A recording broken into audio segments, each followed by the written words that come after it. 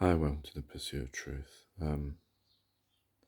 So everyone's being affected by this cost of living crisis that we're all going through. Everything's going up except wages and help. And the little help they give you is a small amount of money that may help you for that 1 month, but isn't going to help you long term. I don't know why they don't seem to see that. But the real issue is, what is this issue about? What is the rising in cost of food, for electricity, for gas, for petrol, when intrinsically none of these things have a value in a monetary sense in the system that we've decided to adopt. They have no value. They're the greatest commodity that we have because they give us all this sustenance and this way to live, but intrinsically they have no value, and their value hasn't altered. I mean, maybe you could say their value would alter if they became less of it, in the sense that if it was running out, which it isn't. So it's an artificial rise based on the system that we live in because of, shortages of staff and things due to COVID and the changes that that's brought upon us, and also the war in Ukraine, and I guess all the other things that are going on that are causing these artificial rises. And of course, we're all suffering, and people will starve to death in certain countries. Even here, I suspect people will die of hypothermia in the winter. People are talking about not being able to put the heating on, choosing between which meal they're going to have in the day, one meal a day. And this is happening, this has been happening in parts of the world for years.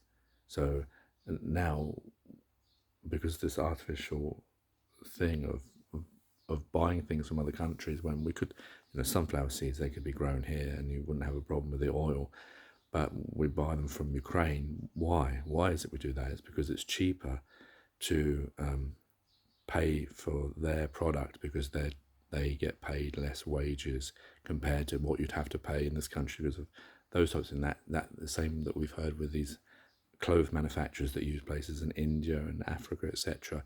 Why do they do it there rather than here? So they've been using that advantage, let's call it, this artificial advantage has been created because all countries are equal, all humans are equal.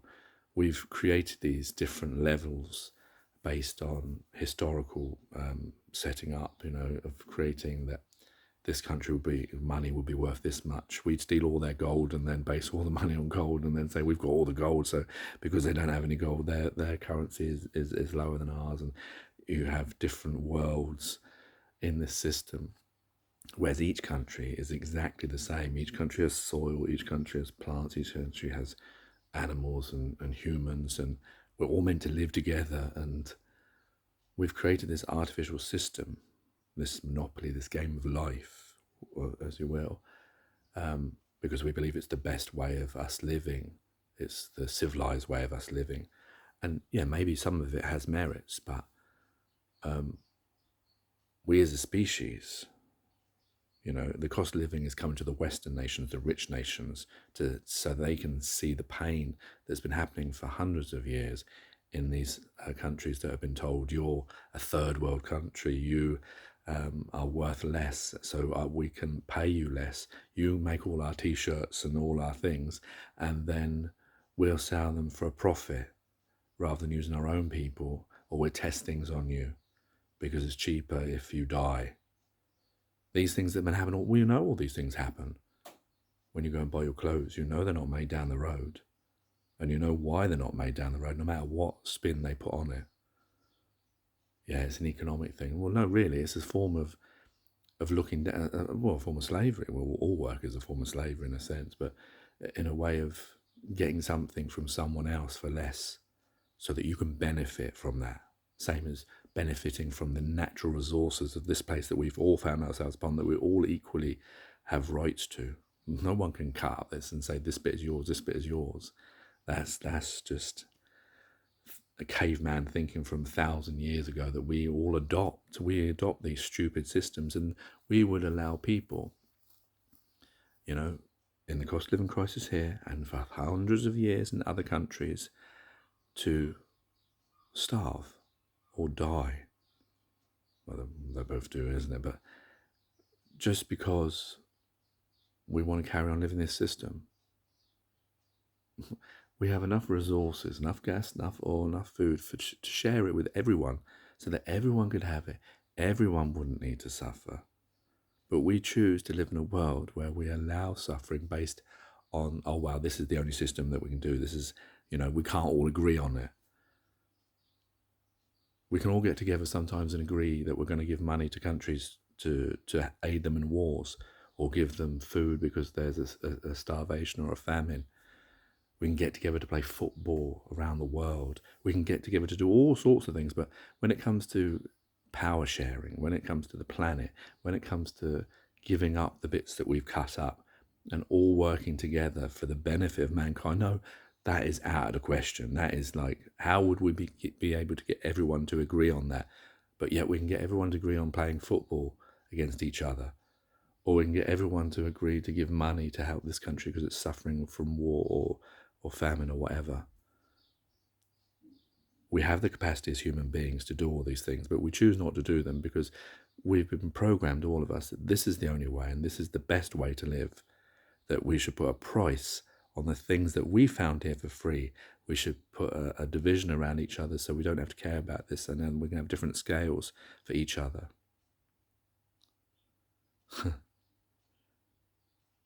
Imagine that how it would look from someone coming down and looking at us and seeing that we allowed people to starve and die for hundreds of years because they weren't one of us, even though we're all human beings. We're all one of us, no matter the tags you've all been given.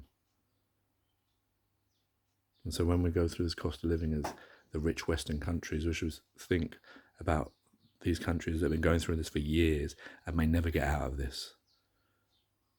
These individuals that have it worse. And I'm not saying there's a difference between everyone.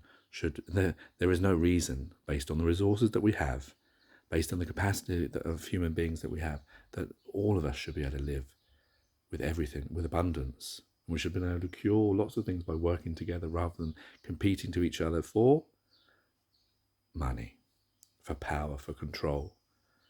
Those things of 1,000 years ago that we're still adopting in our minds and regurgitating through schooling, through government, and etc. And it finds itself in every single person, no matter how rich or poor you are. The poorest person could want to maintain a system that makes them suffer or causes suffering, or it keeps inequality going in its many forms. We live in a beautiful, wonderful world with wonderful people and wonderful capacity and wonderful, everything. Look at life, how brilliant it is. But how we squander it and sully it by the way that humans want to be greedy and prideful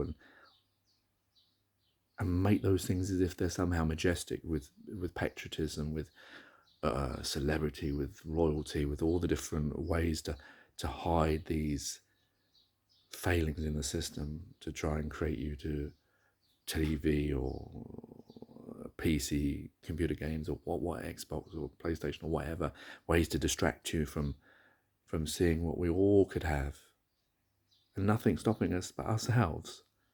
We're enslaving ourselves in a world that allows people that may include us or may not include people that we know, but fellow human beings that feel the same way you or your children would.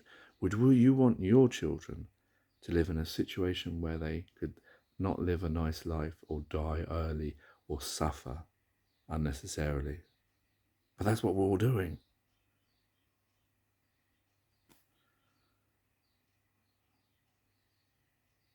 Take care, Daisy. Best and peace.